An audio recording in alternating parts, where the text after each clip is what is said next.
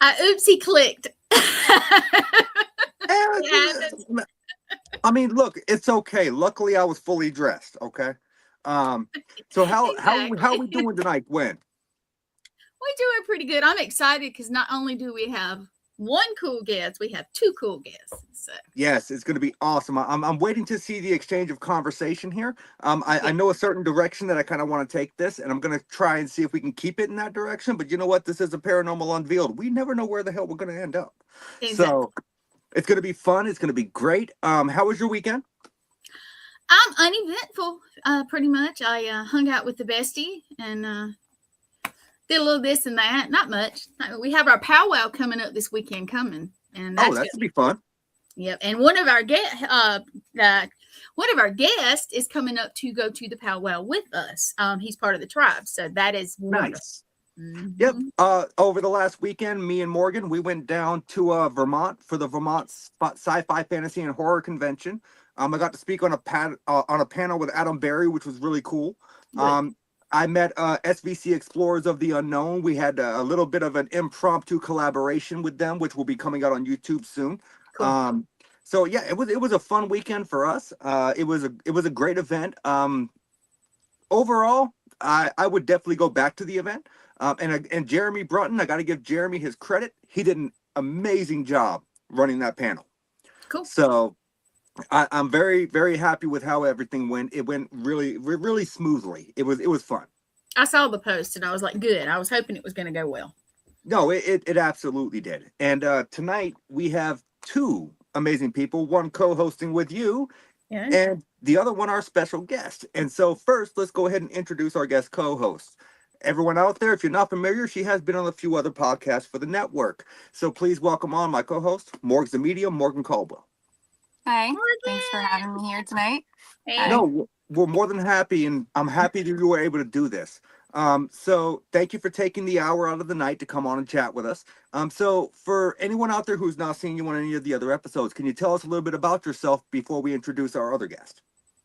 Sure. So I have seen and talked to spirits since I was young, very young, probably about 3 would be my earliest memory. Kind of hid my abilities for the most part because there's no disclaimer, but I'm just going to say there are some shitty people out there sometimes when you come out. Yes. For the we past might want 3 to put years. the disclaimer up. I'll do that for a minute. I figured it was kind of like a PG-13 one, so it wasn't terrible. It's okay. Yeah, so I've been off and on reading, doing spirit readings and oracle card readings for about 20-something years. In the past 3 years, I've been more out in the open. So. Yep. And I came out the closet, the paranormal closet. Yep. I was about to say, if you're coming out of the closet, there's something I need to know about here.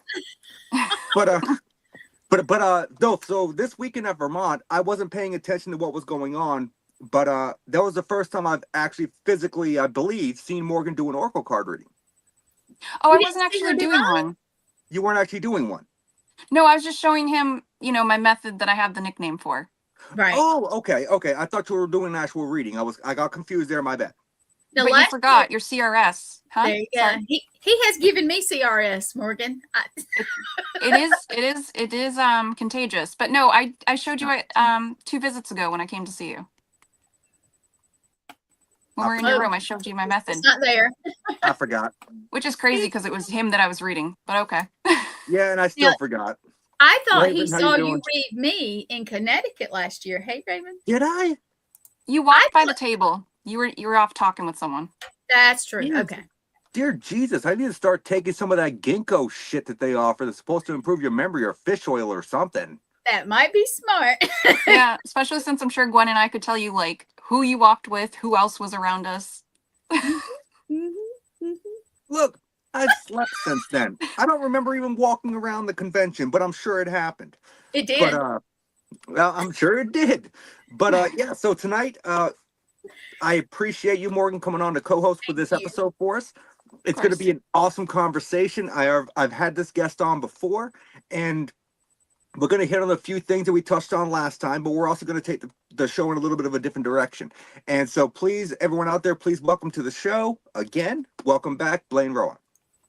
What's up, everybody? Blaine, how we doing, brother? Dude, I'm alive and kicking 6 foot above the ground, and you're not hunting my ass yet. So when I first jumped into the pre-room, I thought Gwen was not there. And so Blaine was jamming out down there. What were you jamming out to? Rico Kasich, a song called I'm Coming For You.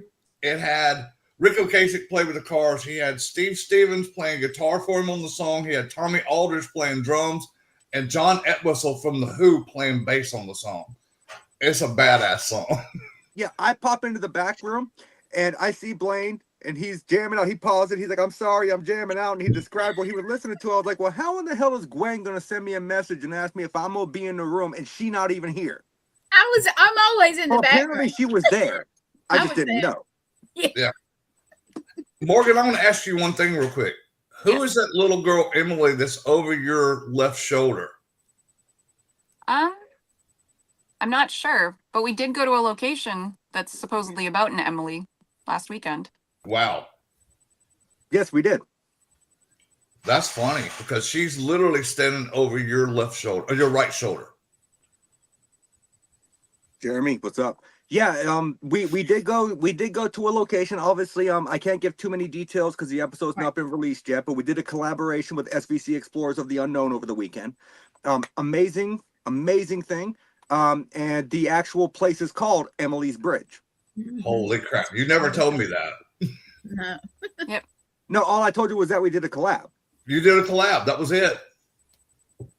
But yeah, she followed you. Okay. So you got a new child spirit. Jeremy, Add it to the collection. I know. It's like mine. You'll probably see like 4 or 5 little kids standing behind me during the show too. So as long as they're not standing behind me, I'm good with where they want to be. Dude, I'll be glad to send you one of them. His name's Billy. He's 11 years old. And I'm going to say this so you got that. He's an asshole. I look, I have enough issues here. Me and Morgan were talking the other night, and I've not said this publicly on a podcast before. So me and Morgan were talking the other night, and one that when I fall asleep, you can ask her, I'm like a rock. There is no waking me up. When I lived down in Alabama, I would sleep through tornado sirens. Like, it doesn't bother me. And so I randomly woke up. It was about 2:30 in the morning. And I roll over, and there's this almost grotesque looking creature, like this far from my face. I would describe it as a mixture between Dobby from Harry Potter and a gremlin. Oh, shit. And so what did I do? The smart thing. I fucking took a swing at it. I would have. And I didn't hit nothing, and it was gone. But I've never experienced something of that nature in my room before. So that was a little bit odd for me. But I know there's stuff here because Morgan knows there's stuff here. The old lady at the bottom of the staircase, the old man that likes to stand in the doorway of the kitchen. Fuck that dude. But yeah, so Blaine, could you please tell everybody out there listening, if they've never seen you on a podcast here, which if you watch the All Access Network quite regularly, you should know exactly who he is. So can you tell us a little bit about yourself, how you got into the paranormal, and what kind of abilities do you have?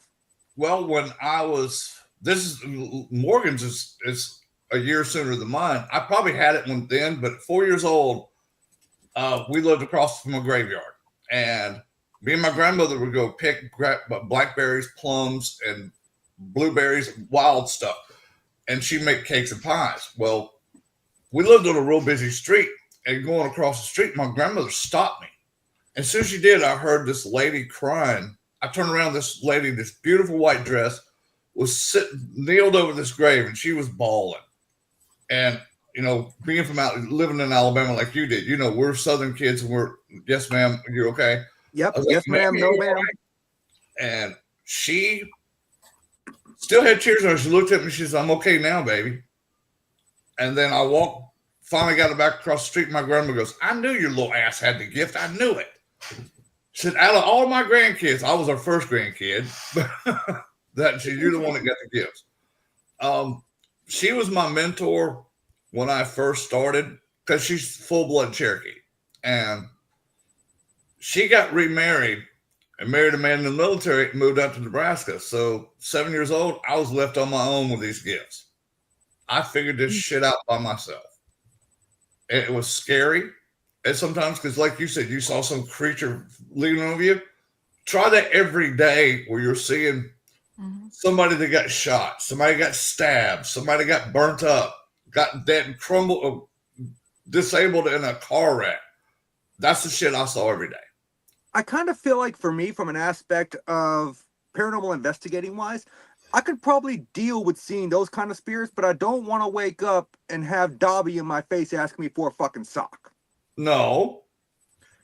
I'm not going to. You don't want to be 7, 8, 9 years old and have these people come because you had. I didn't know what to do with them. No, as a I was child, scared to death. Yeah, no, Right. as a child, you're right, 100%. As a child, that's probably more frightening than anything, especially if you don't understand what's going on. Yeah. And I started investigating in 1985. I was at a school at Norton Air Force Base. And me and my buddies were watching Helter Skelter on TV. And I said, dude, we're like 60 miles away from there. Dude, we went real old school. We had a cassette recorder, a Polaroid camera, and if you go in the Air Force, they give you this flashlight that has a glow-in-the-dark tip on it. We call it the Lackland laser. We go up there. I mean, really old school, dude. We went and got gas in the car, bought a map, and actually mapped ourselves up there before GPS was involved. I get up there, we're there 5 minutes, and an LA County sheriff pulled up and goes, "What the hell are you guys doing?" And we didn't have a word for ghost hunting then, dude. It's like, we're trying to catch a ghost. And he was like, "Dude, I get off in 5 minutes. Can I come back?" I'm like, "Hell yeah, you can come back. If you're up here, I don't get arrested for trespassing." Fair point. The first 3 EVPs I called Jay Sebring, who was a hairdresser for the Stars. He was like the Vidal Sassoon of the late 60s. I asked him what he did. He says, "I do hair." And then I got Abigail Folger, who was an heiress to the coffee fortune of Folgers. And I said, "What do you do?" And all she said was coffee. And this is on a cassette recorder now. Then Sharon Tate came through, and all she said was, "They killed me. They killed my baby." And that was my first 3 EVPs I ever called. That's wild. Considering Sharon Tate, the Sharon Tate murders are one of the most widely documented murders in history. Was that the Black Dahlia? No, that was the Manson murders. The Charlie Manson Manson murders. split, Okay. 4 of his family up there. And see, he knew the house because a guy named Terry Melcher, who was Doris Day's son, was a record producer. And Charlie knew the house from going up there because Dennis Wilson from the Beach Boys. He used to bring them girls and drugs. And Terry Melcher said he'd give him a tryout. So he went up to the Spawn Ranch and recorded 4 songs of Charlie, which I have. Yes, I did know that. Songs. And Terry told him, "Charlie, you're okay, but you sound like everybody else." And it made Charlie mad. And that's why he knew the Tate house where they lived, because he'd been in there 1,000 times. Now, the LaBiancas was just random. They would do this thing called creepy crawlies. They go in people's houses and stare at them while they sleep and eat food out of the refrigerator. I mean, if you're hungry, you're hungry. Odd. Yeah, you come in my house like that, you're gonna leave with lead poisoning. It's kind of creepy though. They just watched everybody. Yeah. They would stand over people in their beds and watch them sleep, and then go in there and help themselves to the refrigerator and steal food out of there to take back to the Spawn Ranch with them. That's crazy. They've never been in the LaBianca house. Charlie just picked it by random. It was like riding down the road. It's like, that'll work. That's all it took. That'll work. That'll work. Charlie Manson was woo-woo anyways. I actually had an opportunity about 6 years ago to buy the television set that was in his jail cell. Oh, shoot. And I was not allowed to buy it because of certain people. But no, it was a steal. $300 for the television set. And it had the like state of corrections, who it belonged to, everything right on it. Oh, shoot. Dang. Why wouldn't I want that? Yeah, true. Yeah, the only Well, thing, actually, the you know only what? thing But I the public- have is I have the 12,000 piece manuscript of the court readings. I've got a copy of that, and I've got a copy of Manson's prison ID. Hell yeah. I love I have- stuff like that. I have to ask though, the recording that you got, the EVP of Shannon Tate, that was super clear though, wasn't it? Because I heard it before you said it. She was clearer than the other two were.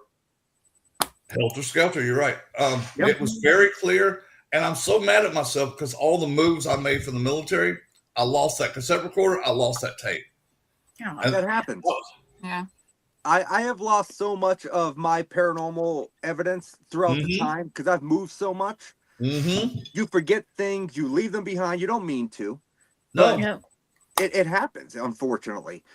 So speaking of your time in the military, I told you in the pre-show I wanted to touch on this. I know we touched on it last time, but just to tell the story one more time for people who don't know, you were recently on an episode of Monster Quest.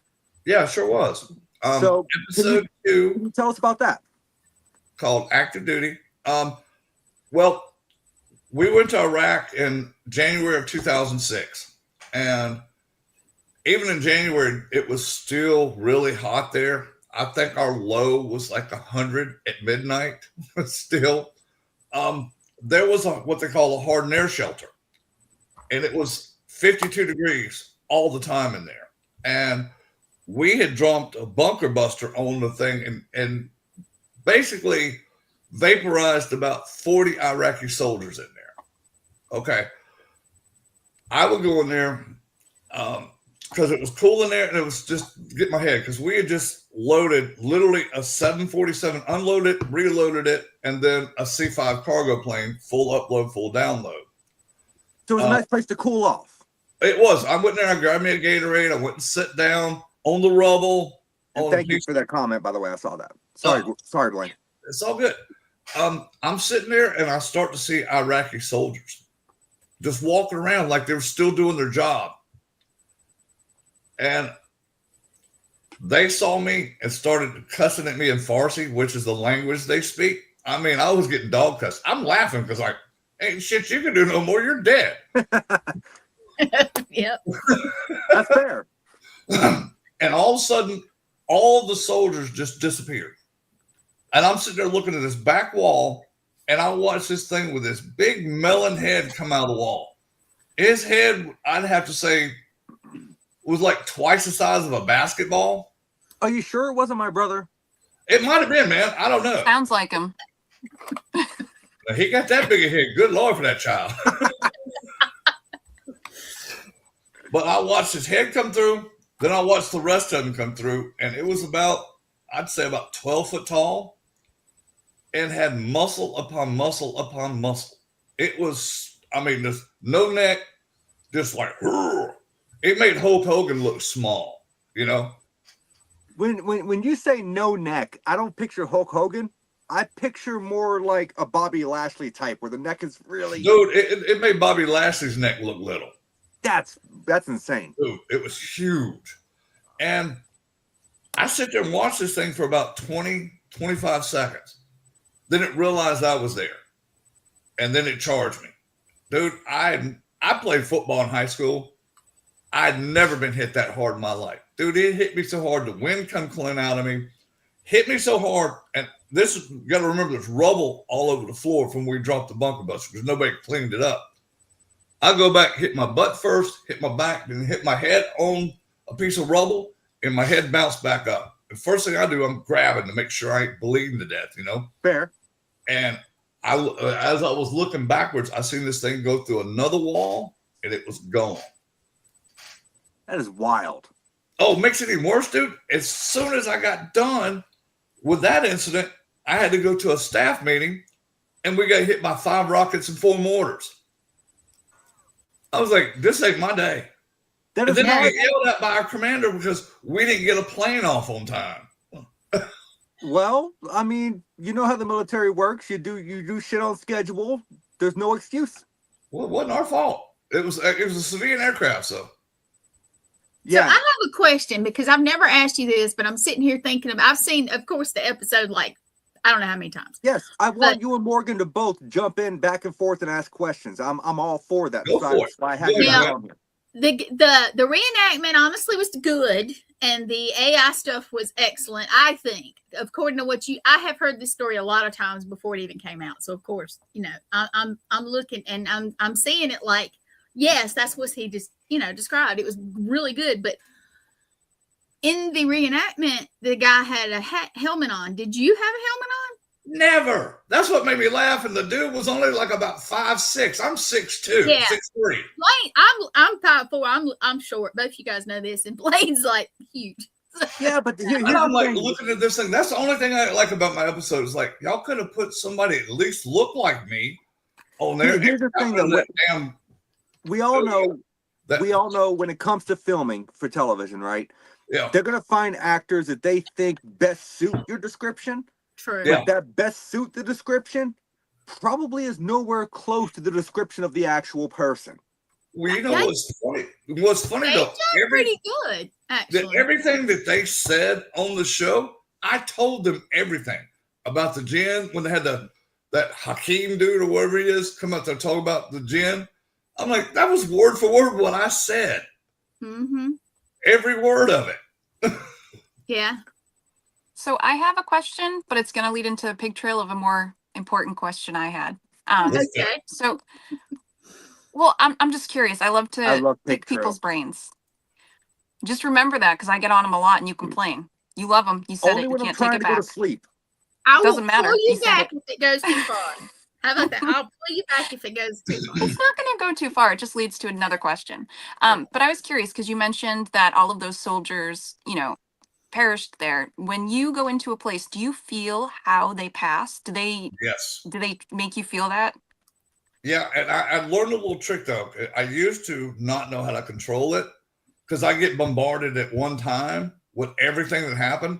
Now I'll get that first one. I'm like, okay, time out, back up, tell me what's wrong with you. You don't have to show me. I already know. Mm-hmm. So I get that a lot. I think my favorite though is walking into a new location I've never been to, and I'll hear one or two things. Oh, great, Blaine's here. Or I'll hear, oh, Blaine's here. That I've heard with my ears, not equipped. You heard it. Blaine's here. We're both Yeah. dying laughing. What Yeah. the F's you doing here? So that was going to lead me to my next question. What exactly are all of the different abilities that you have, the different clairs that you personally get? And then also, Okay. is there anything unique about how you get certain things? Well, I get mine.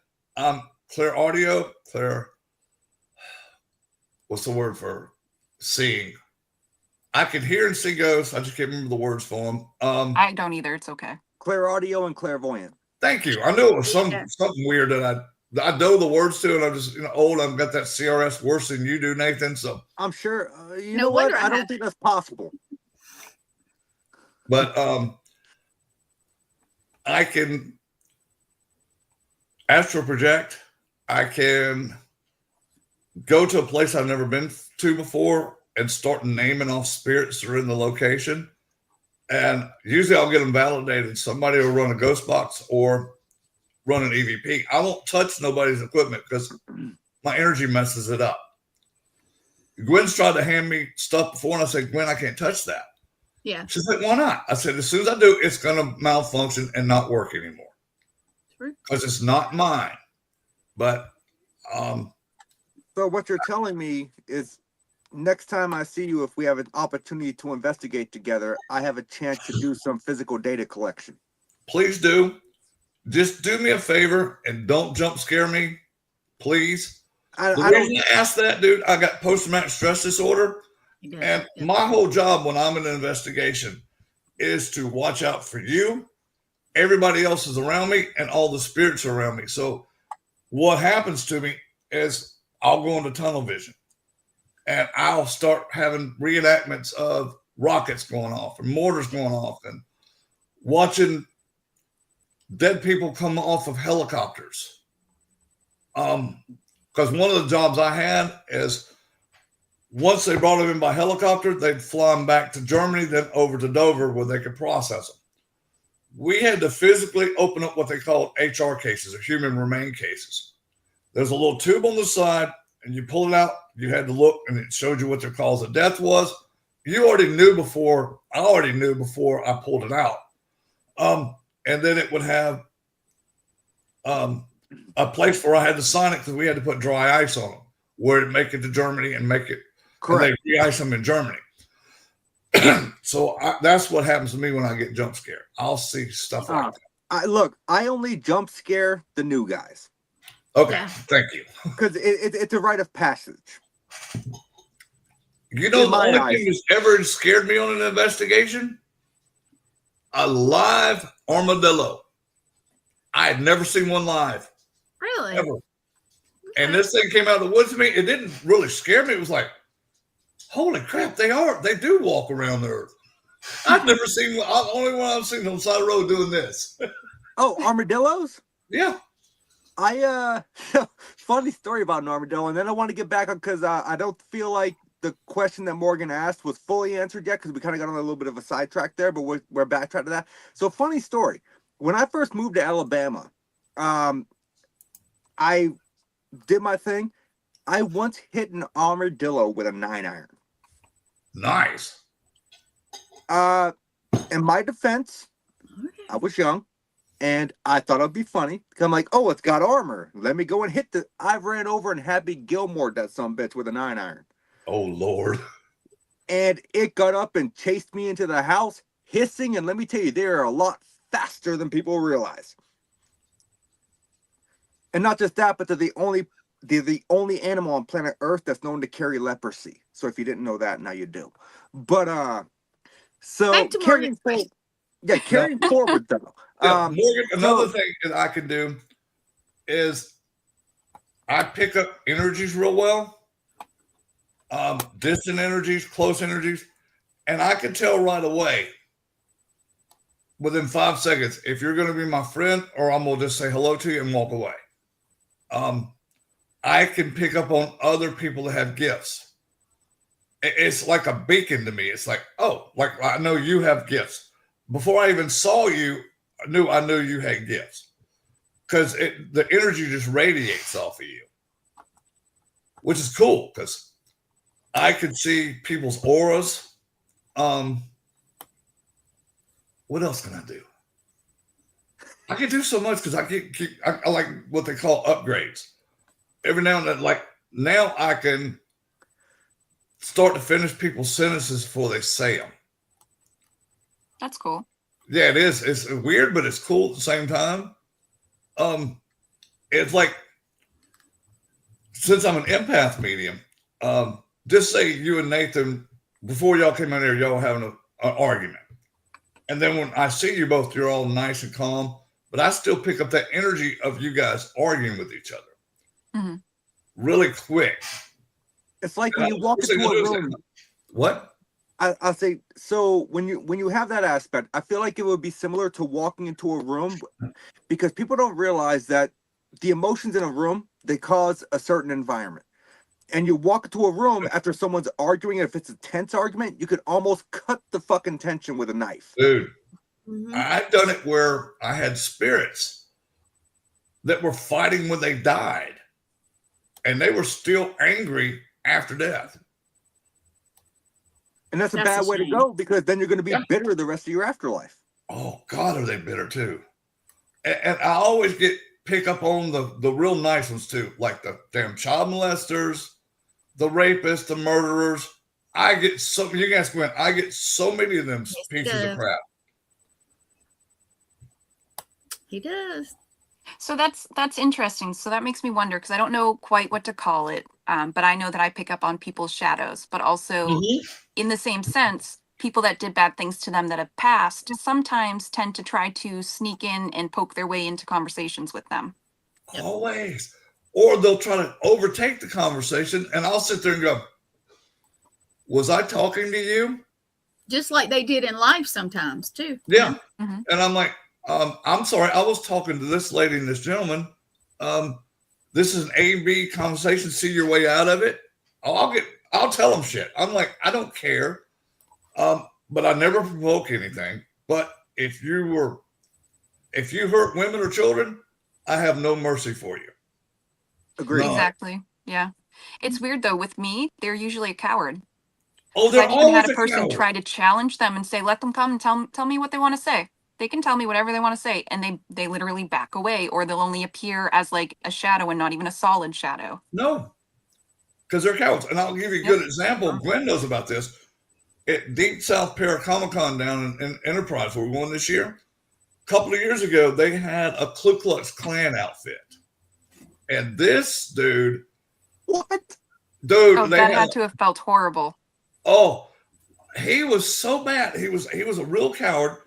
He was a pedophile. He was a rapist. He was a cheater. And He was a woman beater too. What's that? He was a woman beater too. Oh, that was a given. He was a piece of garbage. And he tried to challenge me. And I'm like, you really want to challenge me? I said, I don't play fair because I have a bear and a wolf as my animal guides. I have a 900-year-old Cherokee woman named Jana Law, and she's vicious. She is, I wouldn't want to mess with her. And Yeah. I said, you really want to play? And first, I don't know if you guys know Matt Brown, Lee's husband. I do. Well, his stepdad was in the hospital, and this spirit was so mean, he went to the hospital and turned off his blood pressure machine. And the alarm went off, so they were like thought something was really wrong with him. He just turned it off. And then come back and goes, what you gonna do now? And the next thing he said, oh yeah, I'm going to your house and mess with your wife. I said, good luck getting there. Because I've got protection around this house. If I don't want you in here, you're not getting in here. And he came back and goes, I couldn't get in. I said, I know, I told you couldn't get in. I said, you're going to do this, man. Your ass is going to cross, and every person you ever hurt is going to get a free swing at you on the way out. He cowered up and started crying. Please don't do it. Please don't do it. I said, you did it to yourself. And then I let Bear and Wolf loose on him. That was fun. That was really fun for me. Bless you, Gwen. I saw you sneezing. He was screaming. I mean, make him stop. Make him stop. I'm like, brought it on yourself, buddy. You had a chance to act like a human being instead of an asshole. You entered the space with intentions of being a stupid person. Yep.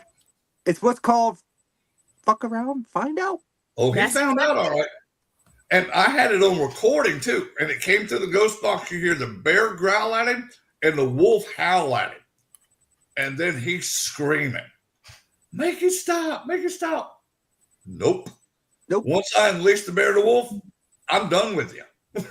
So now I kind of want to touch base on something else that you had mentioned during that little conversation there. And it's a question for both you and Morgan this time. So Can I interrupt 1 second? Sure. Blaine, so when you mentioned your spirit animals, I'm not sure if it's fully entered and introduced themselves to you, but you also have an eagle. And it's more so for your further out surroundings, even though you can pull yourself out, but you've also got an eagle. The eagle comes from our clan, our native tribe in South Carolina. We are the bird clan. So so that's, I love my eagle too. Eagle only comes around when I really need him. But he's always keeping an eye though. Oh, he always watches me. Mm-hmm. He watches over my granddaughter. He watches over my daughter. He watches over my wife. My wife, right now, I'm not working because I had cancer, of course, and I'm recovering. But he will follow my wife to work, make sure she gets inside okay, then follows her home, make sure she gets to the house. Oh, because he's strong. He's a protector, but he is the sweetest for the people that he wants to protect and that he loves. Oh, he's awesome. Yeah. I named him Elvin. I don't know if he likes that or not for you. Hey, he replies to it. So going back to what you said about you have so much protection around your house, when you said that the spirit was trying to say, "Oh, I'll go get to your wife," right? So for both you and Morgan, in the line of understanding and work that you guys have as far as having mediumship abilities, how important is spiritual protection, spiritual boundings? Like boundaries, not boundings, sorry, boundaries. I'll let Morgan go first. I know that I need to be better with it. But for me, as far as protection goes, I know that my spirit team, my spirit family, all my people that I work with, they have my back. And even if I get nervous knowing that they're there, I will call them in and do, as you saw this weekend, I tried to do a quick meditation to make sure that they were with me. Yeah. And I have crystals that I know work for me in certain ways. I know I need to do more, but it is extremely important because you don't want to let that guard down. But you also, it's okay to be, in my opinion, the way I do it is if something's too close to me, sometimes I say it out loud. The disclaimer's not there, so I'll edit myself. And I will physically say, and you've heard it, I'm sure sometimes on the phone, back the F up. Yep. I've Oh heard yeah, it. I do it all the time. Yep.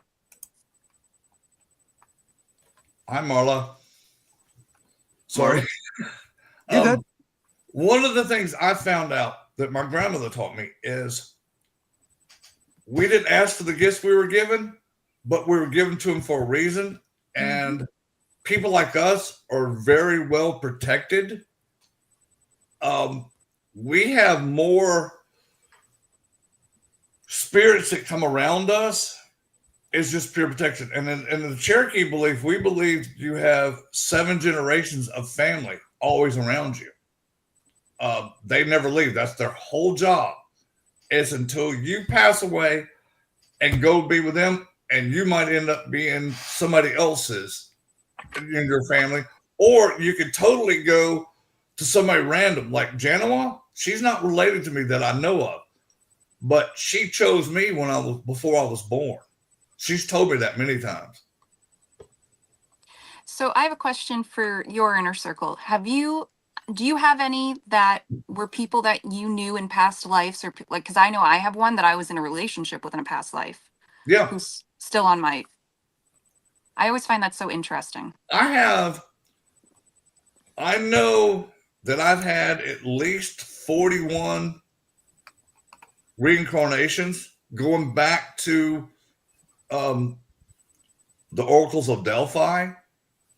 And I have spirit protectors from all those different generations I lived in that'll come around when I really need them. I call them my tribes because they will come around. I can call and ask for the 300. I can call, ask for Celtic warriors. I can ask for Roman soldiers or any Native American tribe.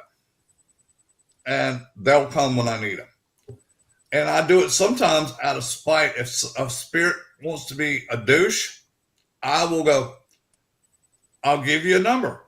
Do you want 300,000 or 400,000 warriors at you? I just pick a random number off the top of my head. And that's how many will go. Lee's husband, Matt's seen them come out of nowhere. So going off of the topic of reincarnation, because I don't think that's ever a topic we ever hit on my podcast before. No. Not really.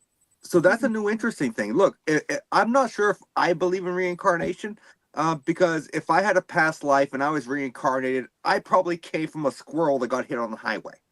That's the best way I can describe my mentality and my personality. And backed over on a couple times. And there you go. That's you. Yeah. Nate, you want to know one of the past lives you did have, though? I mean, you could tell me, but I'm not sure if I want to know or not, because I'm not sure if I believe in it. You were a Civil War soldier, and you were a captain named John Jones, and you fought. He's telling me what you're saying. What to say? He fought out of Vermont. He was part of the Vermont regiment. And okay, I'll tell him. He said, we were badass. That's exactly what he said. We were badass. I mean, I have people tell me that all the time, and I look at them like, well, if you really knew me, I'm a huge soft. But back then during war, though, you transformed into a hellacious soldier. I saw someone call me a dumbass. I want to pin that comment again because that was funny. Who called him a dumbass? Oh, No, I no, thought. no. I thought they called me a dumbass. About to say, I want to pin that comment because I want to laugh at it. I have to read this. dude, I'm just like, if you're gonna call me an asshole, call me a whole ass, because that's what I am. But no, like I'm not sure if I fully buy into the past life reincarnation thing. I know a lot of people do.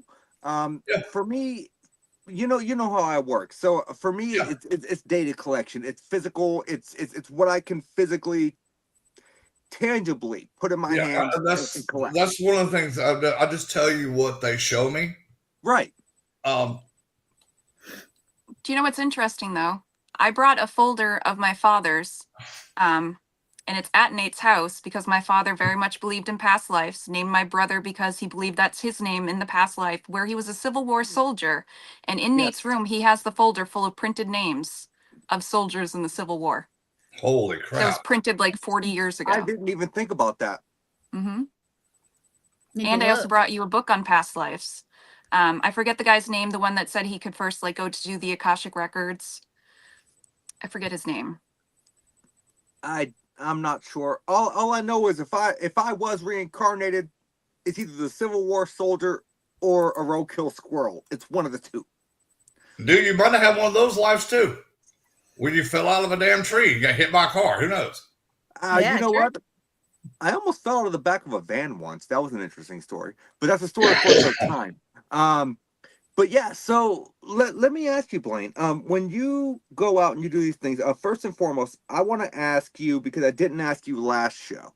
I know for a while there you were incapacitated doing cancer recovery, and how did that affect you personally? I kind of want to just get a little bit, somber here. It increased my mediumship abilities because it was like you lose certain things because it was very fatiguing, but I was still sharp as a tack when it came to spirits. I could still hear them and I could still see them. And I had several spirits come and check on me to make sure that I was okay. Past family and past friends would all come. Thank you, Yeah. Ash. It's interesting. It feels like you also had spirits that were just kind of spirits that came along the way from different locations that you had like special moments with. They even came to visit you. They did. And this is what's funny. I was talking about all my child spirits I have here. One night, me and my wife were watching TV, and somebody knocks on the front door. And I go to answer the door, and there's nobody there. The next thing I see is these two spirits have this little boy named Samuel come out of my tree onto the ground, on my front porch, and goes, "He's yours now." And they left. So I've got Sammy. Sammy's a cool little kid. Speaking of your children, speaking of all your child spirits, that Billy, please only send him on the weekends. I'm not there. Oh, That's just for Nate. yeah, I can do that for you. No, He's a no, little So he's you a can little blur shit. Let me this tell you out. what this little joker does. If there's a way to blur this out, Yeah, dude. Oh, Billy saw. He saw. Oh, Billy saw. He's right behind me. What's That's funny fine. with Billy, he's 11, and I have a little girl named Amanda. She's 12. And every time Billy acts up, I said, "Billy, keep it up. I'm going to have Amanda kiss you right on the damn mouth." And he'll behave for like 3 days. I mean, I'm not worried about a little bit of a rambunctious spirit. It doesn't bother me. Dude, all he does is he likes to turn on attic lights. He likes to turn on Jennifer's hairdryer. He likes slamming doors, opening cabinets. And You hear him running down the hall. I know that one. oh, we hear him running all the time. I'll be on the phone with Lee, and Excuse me. she was like, "Oh, Billy's near." I said, "He heard your voice. He likes Lee." I'm like a dad figure to him. If you want to send him this way every other weekend, I mean, I'd be open to it. It's data collection for me. That's what it is. Dude, he'll probably go. Then he'll be back here real quick. Yeah, I not much frightens me. but I do got something in my throat. So if y'all want to ask another question. Oh, I do have a question for you, Blaine, actually, because you mentioned, Sorry, guys. you okay? Yeah, I'm good. It's one You of those mentioned- hairs. Probably. No, You mentioned, I swallowed wrong and something went down the wrong I tooth. hate when that happens. Go ahead, Morgan. you mentioned your abilities increasing. So I'm curious, do you ever notice anything like in the real world, like things acting up as your energy or your gifts increase? Oh, yes. Yes. Louis. It's weird because I'll be driving and a traffic light that literally just changed will change back again within like 2 or 3 seconds. Interesting. So mine is always with water. Like weird things will happen with water. Oh, nice. Yeah. It means you're a water spirit then. Which is so interesting because technically I'm fire. I'm an Aries. But you have a combo of water and fire because I have a combo with water and earth. Okay. And I'm a Libra, so don't ask me how that one works. Yeah, see, I don't look into the types of spiritual energies that people are. Like, I know I'm a Scorpio. I'm some kind of elemental spirit. I You're don't know what water. it is. Remember, And- fire and water were not supposed to work. Yeah. Well, I mean, why would I be water? Because you're a Scorpio.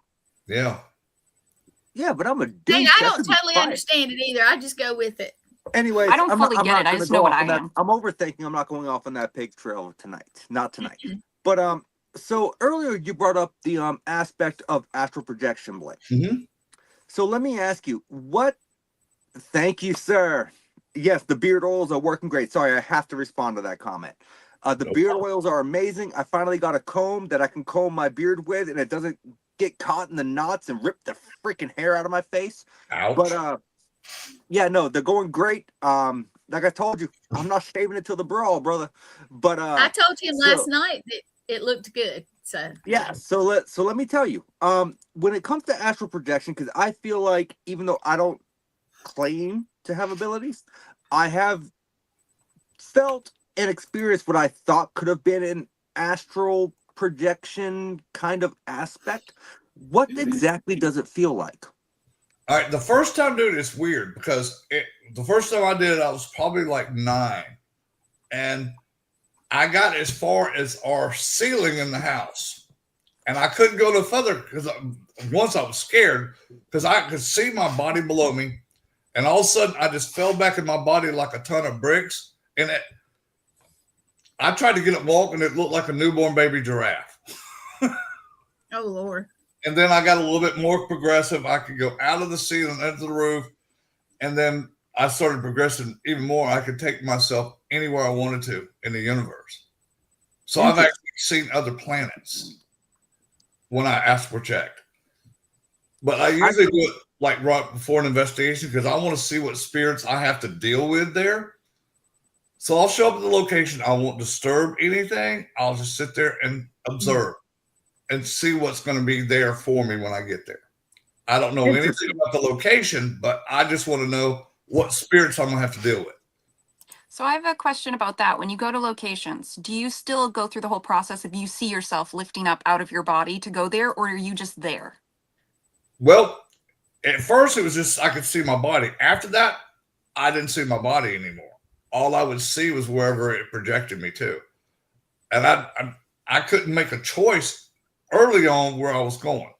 Then all of a sudden I could go where I wanted to, which was pretty cool. Interesting. So I'm curious on your insight then, because when I practice with Nate, he just tells me to start and he has the location picked out.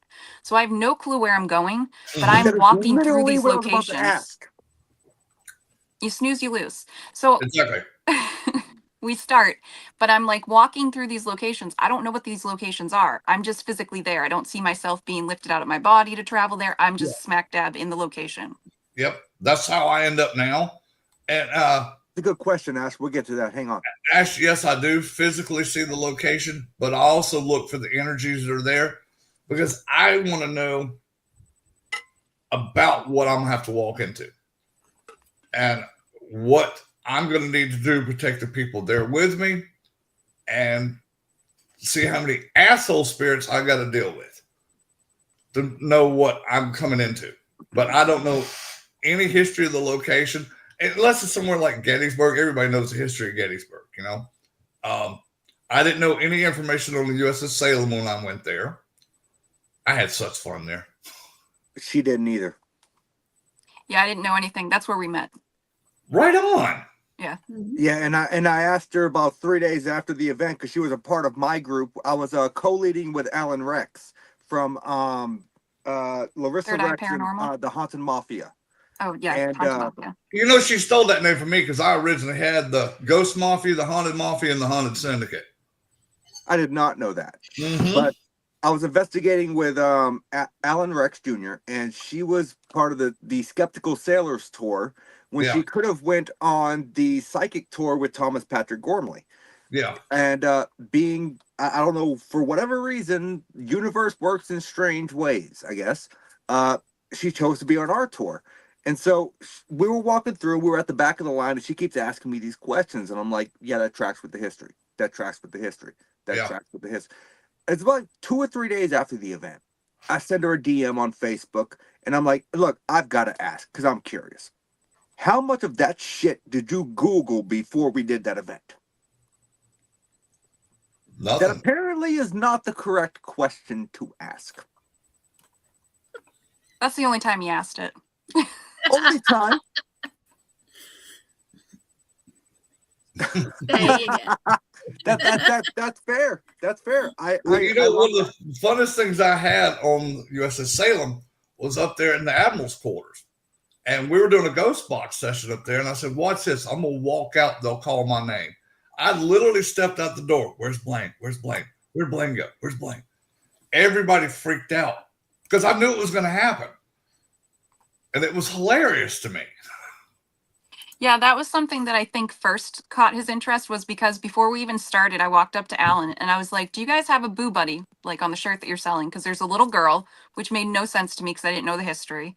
So there's a little girl and she will come and she's going to interact with us. And we were the only team that got any interaction. And as soon as that bear came out, it just kept going off. Yeah, and that's true. And that little girl, come to find out, that little girl, because after I picked up on her too, around the middle of the ship, and come to find out, her dad was an officer on that ship, and that's where he would take her there sometimes when they were docked, and he'd show her around the ship.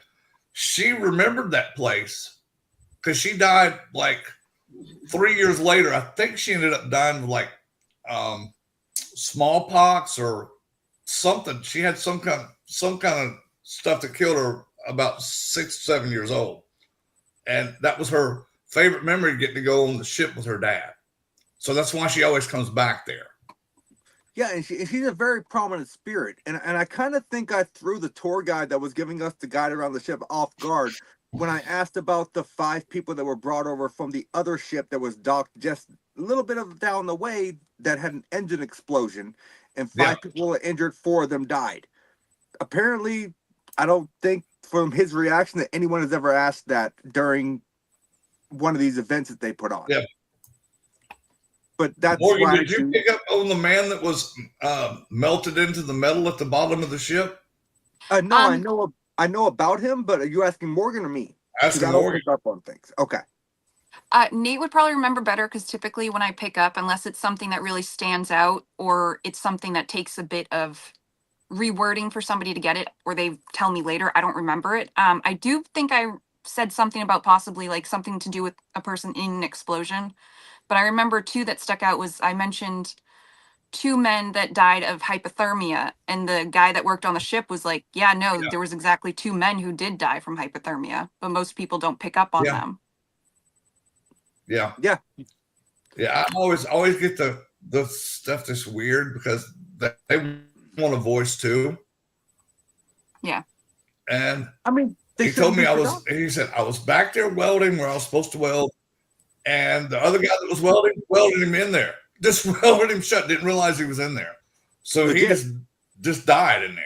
So his spirit roams there. Yeah, I think the first one that came through for me, because Yeah. he was coming to visit me for He days was cool. before. Yeah, I think it was the Yeah, cook we that had a came through. blast. I had to stop at Yes, the cook. Sorry. Yeah. He wanted to feed me. Yeah, no, I mean, look, anytime a ghost is willing He to was cook like, something "Are you up, hungry, I'm sir?" here for it. Mm-hmm. Dude, I was like, dude, I'll eat some Navy grub. Because I think I did it right. Because when I went on the ship, I was Did going to you ever ask, get- did he, sorry, No, go ahead. go ahead.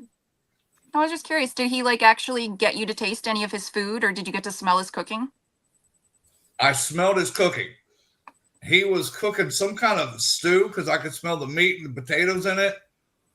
And what was cool though, before I even walked on the ship, I walked up the gangplank, and I'm an Air Force guy, but I knew to ask permission to board the ship. And I had an ensign sit right there and go, "Mission granted, sir." I'm like, "Okay, thank you. I'm coming aboard now." But I'll do that when any battleship I go on or aircraft carrier, just out of respect for my fellow, servicemen. And Right. I respect their traditions and their stuff that they do. But yeah, they love talking to me on that boat. And as always, Blaine, thank you for your service. Oh, you're Yes, thank you. I appreciate it. But I definitely see we got about a minute and a half left. We might run it slightly over, but we're gonna go around the horn here with the question tonight. Okay, so we're gonna go Morgan first. You got one location you can go to, all expenses paid, and to investigate the paranormal. Where are you going? Even though I'd be extremely claustrophobic, the pyramids, because I definitely had a life back then. I like that. I like that. I mean, I would go to King Tut's tomb and test out the theory of the curse, but that's just me. So we got the pyramids. Mhm. Who are you bringing with you? They could be alive or dead. They do not have to be involved in the paranormal. Who are you bringing with you? I cannot be an option, by the way. Why are you adding all these rules? I add certain stipulations per guest. Yep. He does. Well, that's lame. I don't know. You know what? I'd bring Houdini because he was a huge skeptic, right? He Oh, that was. is fun. It's a good one. He was actually one of the people who helped disprove the Fox sisters. So I love that. So we're going to the pyramid. You're bringing Houdini. I already know what piece of equipment you're bringing with you. Your mediumship abilities are inherent. I assume you're bringing cat balls. I am. That or my Freddy Krueger thing. Oh, the Freddy Krueger thing is pretty cool. Yeah. So going around the horn, Blaine, you got one location you can go to, bucket list, all expenses paid. Where you going? Tower of London. Tower. Oh, that's a good choice. Good one. I want to go talk to Amber Lynn up there. That's a very good choice. So we're going to the Tower of London. You got one person you can bring with you. They can be alive or dead. Who are you bringing with you? Elvis Presley. Elvis. Okay. My question is he wearing blue suede shoes? Dude, I want him in full costume, man. Heck yeah. Oh, dude, that would be awesome. And he is actually mine and Lee's cousin, too, so. That would be awesome. Mhm. So going to the Tower of London, you're bringing Elvis Presley. What piece of equipment are you bringing with you? Your abilities are inherent. They do not count. Ghost box and cassette recorder. Louis, I'll let you know about the Freddy Krueger thing after the show. Oh, please do. I was going to tell you, Morgan, the pyramids aren't that bad. They're not as claustrophobic as you think. I've been there, and we got to see places that only like that Zawas guy sees. Okay, I mean- I've seen videos of like going up to get into the tunnel, and I'm like 5'9". I'm like, that's not going to work well. I'm 6'3", so I made it there. Yeah, You're true. right. True. He's gonna be walking like the Hunchback of Notre Dame. You do it for a little bit, and once you get past that part, it's wide open. You're like, damn. So since Okay. we're going around the horn, Gwen, you got one place, bucket list location. Where you going? He already knows this. He gives me hell every time. So I want to go the entire country of Scotland, but Nate says no. Black Nest cancel. Oh, Black Mass is badass. That's fair. So we're Yeah. going to Black Mass Castle. Who you bringing with you? Ooh, that's always true. One of my spirit guides that was a soldier, and I'm not gonna say his name. That's fair. But That's if you fair. guys, So- if you guys been with me, you know that. That's fair. So we're going to Black Mass Castle. You're bringing your spirit guide / expired soldier. What piece of equipment are you bringing with you? Probably my camera because it's got audio and video. That's fair. Guys, I have to say, I think this was a very successful episode. Wait. What? Hello. Your answers. Let's go. My answers? Yeah. Here's Yeah. your answers. Where are you going? You said Where round am I table. going?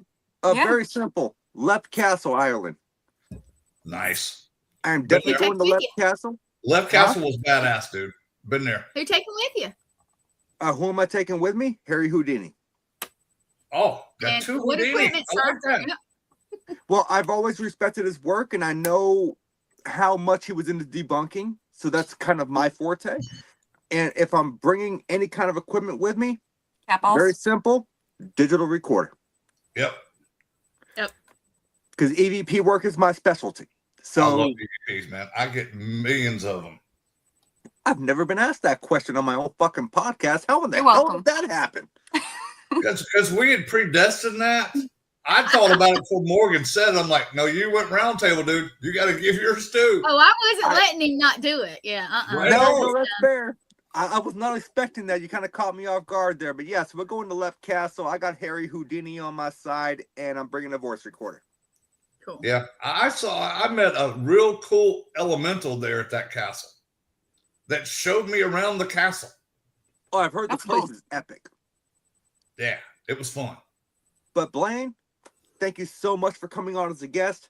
Morgan, thank you so much for co-hosting for the last hour. I greatly appreciate you both. I love you guys. And if you wouldn't mind just hanging out in the background for a few minutes, and we'll close out the show. Okay. Thank you. There you go. All right. That I was feel cool. like that was a great show. That was cool. You We're really not thought I gonna- wasn't gonna make you answer this time? What? You know what? I wasn't sure, but you know what? That's the way the cookie crumbles. I said round table. Round table does come full circle to me. And so maybe I should have said a 3/4 table. No.